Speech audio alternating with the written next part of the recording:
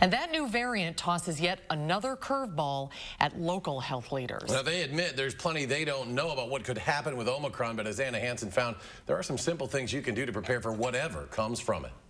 Trying to understand what's currently unknown. This is a tricky conversation. That's the position the Omicron variant has health officials in now. Omicron was discovered just a few weeks ago in Botswana, where officials noted a mutation in the virus in a spot that could lead to higher transmission rates. The things we know for sure is that they noticed these mutations in an area that matched up with some more transmissibility in the past. Now, doctors and scientists are analyzing data, trying to determine the variant's long-term effects. But as Dr. Dan Shirley of UW Health will tell you, it isn't as simple as a nasal swab. That takes kind of specialized testing of the virus that is different than the everyday test we do for disease. Shirley says it may take a bit for officials to understand things like how contagious the variant is, as well as the effectiveness of the vaccine against it and how serious the symptoms may be. We obviously haven't had time to figure that part out yet.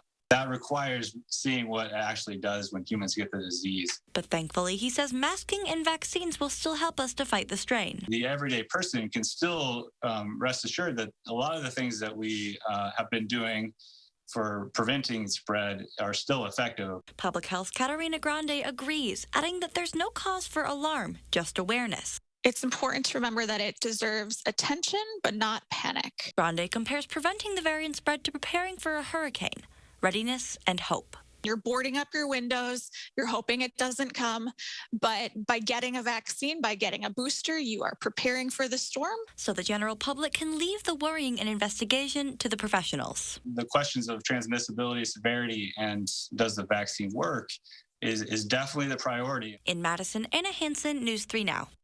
And the UW regularly updates its COVID variant tracker, and you can find the link to follow along on our website, channel3000.com.